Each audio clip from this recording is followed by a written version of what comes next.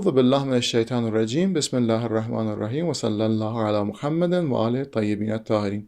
Salam Aleykum, dear brothers and sisters. This is a Quranic Human, and today we're talking about what Allah doesn't like. As we have explained in our previous videos, loving Allah is the most important thing to set foot in the path of the true happiness.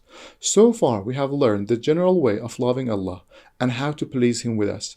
And now it's the time to see what He dislikes so that we can avoid displeasing Him. When we know what someone likes, we can roughly guess what he dislikes, which means you already can say what Allah generally dislikes. But since the Holy Quran itself has mentioned some particular things as what Allah dislikes, we also talk about them here.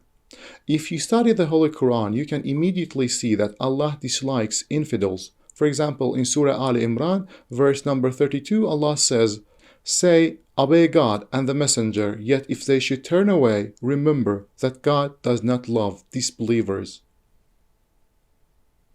This verse not only explicitly shows Allah's dislike towards infidels, it also defines who exactly infidels are, those who turn their back to Allah and His Prophet.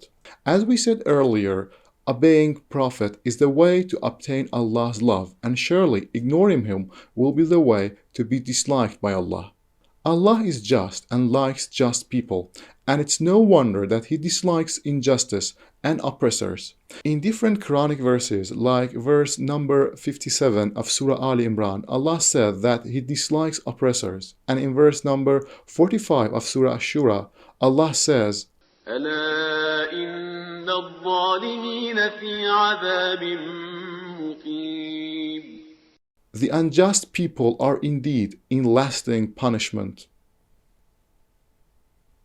Injustice and wrongdoing have many known examples, like giving a false testimony, stealing an orphan's wealth, etc. But the worst kind, according to the Holy Quran, is lying about Allah and denying His signs.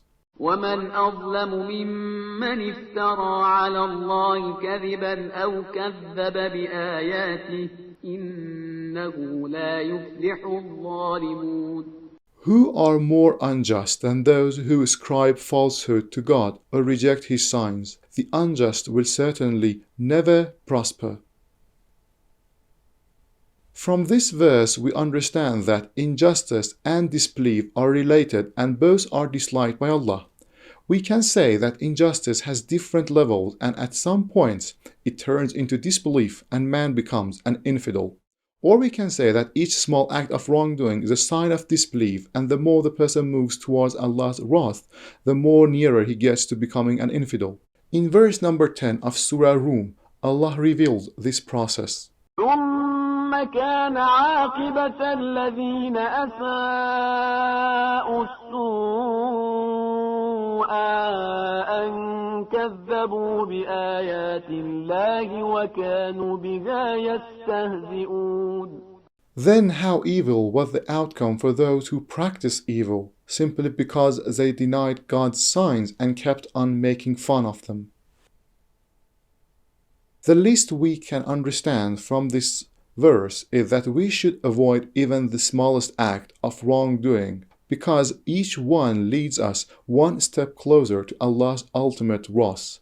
Besides, who wants to displease their beloved one, even the smallest amount? Inshallah, in our next video, we mention some other things that displease Allah, and then we'll finish this course. May Allah bless you all.